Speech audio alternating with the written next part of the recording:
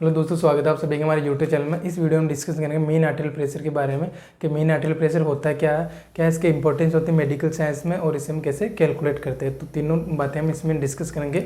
बने रहिए हमारे यूट्यूब चैनल में। स्टार्ट करते हैं हमारा आज का लेक्चर। अगर मीन आर्टेरियल प्रेशर की डेफिनेशन की मैं बात करूँ तो मीन आर्टेरियल प्रेशर की डेफिनेशन क्या? It is an average blood flow in arterial system to provide adequate perfusion to vitals organ during a complete cardiac cycle. ये एक एवरेज ब्लड फ्लो होता है किसमें? हमारे आर्टेरियल सिस्टम में। क्या करने के लिए? To provide adequate perfusion, adequate amount में ब्लड सप्लाई पहुंचाने के लिए। किसे? हमारे वाइटल्स ऑर्गन को during a complete cardiac cycle.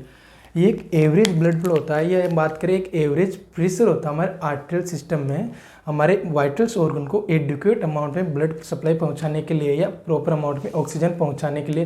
किस दौरान? कंप्लीट एक कार्डियक साइकिल के दौरान। देखो, कार्डियक साइकिल के हम अलग अलग फेज पढ़ते हैं। एक होती है सिस्टोलिक फेज, एक होती है डायस्टोलिक फेज होती है, और एक होता है पोस्ट वाला फेज।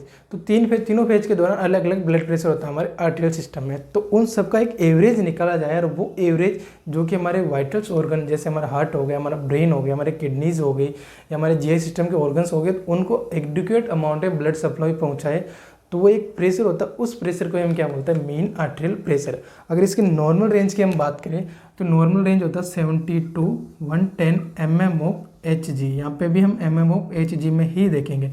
वो सारी बुक्स में 70 to 100 भी लिखा हुआ, बट यहाँ पे हम 70 to 110 mm ऑफ Hg देख के चल रहे हैं। अब इस रेंज के बीच में अगर मीन आर्टेरियल प्रेशर रहता है, दैट मीन्स क्या है कि वो प्रॉपर अमाउंट है हमारे वाइटल्स ऑर्गन को ब्लड सप्लाई पहुँचा रहा है, ताकि वहाँ की जो सेल्स है, टिश्यूज़ है, वो प्रॉपर अमाउंट में फंक्शन कर सके। तो ये एक इंडिकेटर हो गया हमारे ब्लड सप्लाई का कि प्रॉपर अमाउंट में ब्लड सप्लाई पहुंच रहा है या नहीं पहुंच रहा। अब इसको क्यों पढ़ा जाता है? इसको इसलिए पढ़ा जाता है ताकि हमें इंडिकेशन मिल जाए, या एक हमें आइडिया हो जाए कि प्रॉपर अमाउंट में ब्लड सप्लाई पहुंच रही है हमारे वाइटल्स ऑर्गन में या नहीं पहुंच रही। अगर 70 से कम हो गया, अगर हम बात करें कि लेस देन 70 हो गया हमारा main arterial pressure, that means क्या?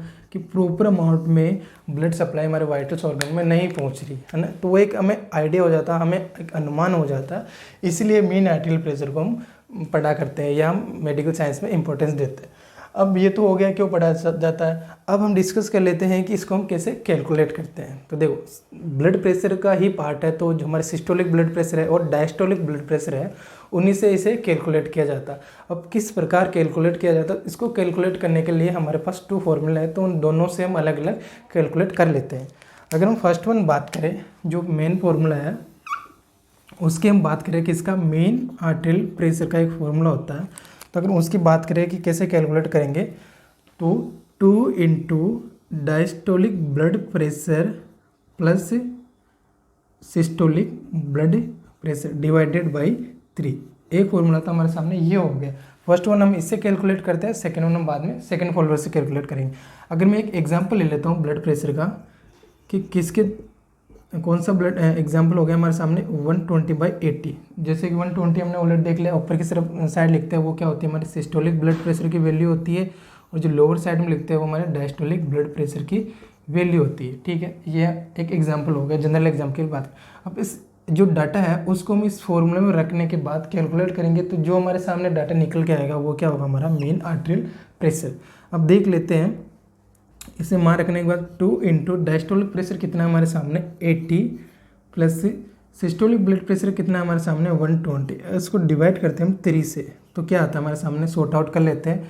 2 इंटू 80 160 प्लस 120 डिवाइडेड बाई 3। इसको और हम सॉर्ट आउट कर लेते हैं, तो क्या हो जाएगा हमारे सामने 280 प्लस डिवाइडेड बाई 3।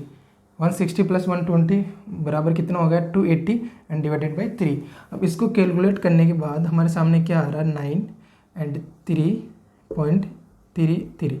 तो 93.33, और क्या होगा? Unit mm of Hg। क्यों? क्योंकि हमारा ब्लड प्रेशर किस में होता है? mm ऑफ Hg में ही हम देखते हैं मोस्टली।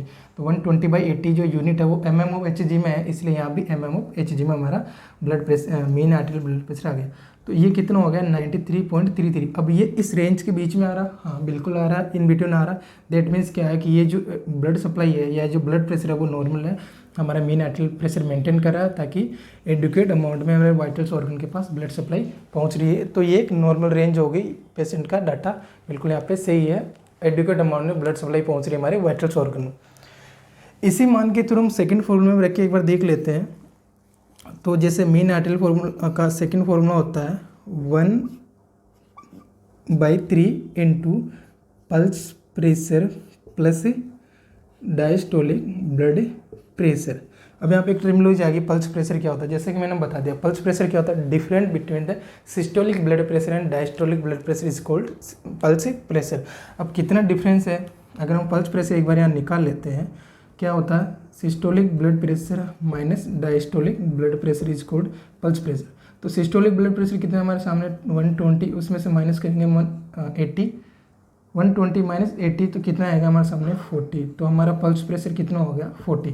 अब इसको यहाँ पे रखेंगे फॉर्मूला में, तो 1/3 इंटू पल्स प्रेशर कितना हमारे सामने 40। इसी एग्जांपल की बात करें यहाँ भी हम 40 प्लस डायस्टोलिक ब्लड प्रेशर कितना हमारे सामने, डायस्टोलिक ब्लड प्रेशर 80, तो यहाँ पे 80 रख देंगे। नाउ इसको सॉर्ट आउट करने के बाद जैसे कैलकुलेट करते हैं तो ये कितना आएगा 10 एंड ये हो गया हमारा 3.3। इसको कैलकुलेट करेंगे तो हमारे सामने ये निकल के आ जाएगा। तो अगर इसको हम कैलकुलेट करेंगे 13 प्लस 3 को 80 से ऐड करने के बाद कितना आएगा हमारे पास 93.33। और क्या यूनिट होगी mmHg। क्यों, क्योंकि ब्लड प्रेशर को हम mmHg में ही देख रहे हैं। तो यहाँ भी इस फॉर्मूला के थ्रू भी हमारे सामने कौन सी वैल्यू आ रही है 93.3 mmHg, और फर्स्ट वाले फॉर्मूला के थ्रू भी क्या आ रही है 93.33 mmHg। तो ये दोनों फॉर्मूला आप अप्लाई कर सकते हैं मीन आर्टेरियल प्रेशर कैलकुलेट करने के लिए। First one example. अगर हम एक और एग्जांपल की बात करें कि एक और एग्जांपल देख लेते हैं, सेम फॉर्मूला रहेगा ताकि आपको इजी हो जाए समझने के लिए। तो सेम फॉर्मूले में हम अलग वैल्यू रखने के बाद हमारे सामने क्या आएगा। जैसे हम एक और एग्जांपल की बात करें, फर्स्ट वन हमारा एग्जांपल क्लियर हो गया। ना हम सेकंड एग्जांपल की बात करें कि किसी पेशेंट का ब्लड प्रेशर 130/70 है। सेम वही है, हम बात करें कि सिस्टोलिक ब्लड प्रेशर हो गया तो अपर वाले हो गया, एंड डायस्टोलिक ब्लड प्रेशर हमारा लोअर वैल्यू हो गया। अब इसको इस फॉर्मूला में रखेंगे तो 2 इंटू, अब हमारे सामने डायस्टोलिक ब्लड प्रेशर कितना है 70 प्लस सिस्टोलिक ब्लड प्रेशर कितना हमारे सामने 130। इसको डिवाइड करेंगे कितने से 30 से। तो इसको सॉर्ट आउट करने के बाद 70 इंटू 2 7 दूनी 14, तो 140 प्लस 130 डिवाइडेड बाई 3। इसको फर्दर सॉर्ट आउट करने के बाद कितना आ जाएगा हमारे पास में, तो 270 डिवाइडेड बाई 3। इसको कैलकुलेट करने अगर 3 को 270 को 3 से डिवाइड करते हैं हम, कितना आएगा हमारे सामने 90। और क्या यूनिट है mmHg, क्योंकि हम ब्लड प्रेशर mmHg में देख रहे हैं। तो ये हमारा फर्स्ट नो आ गया। अब ये भी नॉर्मल रेंज में ही आ रहा है, 70 और 110 के बीच ही आ रहा है। दैट मीन्स क्या है कि ये एक नॉर्मल मेन आर्टेरियल प्रेशर है। क्या इंडिकेशन मिल रहा है कि एडुकेट डिमांड में हमारे वाइटल्स ऑर्गन को ब्लड सप्लाई पहुंच रही है। इसी वैल्यू के थ्रू, इसी एग्जांपल के थ्रू सेकंड फार्मूला से कैलकुलेट कर लेते हैं, तो 1 डिवाइडेड बाई 3। और यहाँ पे पल्स प्रेशर कितना हो जाएगा 130 और 70 में कितना डिफरेंस हो जाएगा, वो अगर मैं निकालूँ 130 माइनस 70 कितना हो जाएगा हमारे सामने 60। तो यहाँ पे मैंने लिख दिया 60 प्लस डायस्टोलिक ब्लड प्रेशर कितना हमारे सामने 70 mmHg बिल्कुल। तो इसको कैलकुलेट करने के बाद कितना आएगा हमारे सामने 90 mmHg। तो ये वैल्यू और ये वैल्यू दोनों सेम आ रही है, और जो कि एक नॉर्मल रेंज में। दैट मीन्स कि ये ब्लड सप्लाई एडिक्वेट है हमारे वाइटल्स ऑर्गन को प्रॉपर परफ्यूजन पहुंचाने के लिए। तो इस फॉर्मूला के थ्रू भी आप याद रख सकते हैं, इस फॉर्मूला के थ्रू भी आप किस मेन आर्टेरियल प्रेशर को कैलकुलेट कर सकते हैं। दोनों सिंपल है। फर्स्ट वन ये हो गया हमारा, एंड सेकंड फार्मूला हमारा ये हो गया। दोनों फार्मूला आप याद रख सकते हैं किसका, मेन आर्टेरियल प्रेशर कैलकुलेट करने के लिए। तो ये आज का हमारा वीडियो था मेन आर्टेरियल प्रेशर से रिलेटेड। इसमें किसी प्रकार का आपको डाउट है तो आप कमेंट करके बता सकते हैं। Thank you.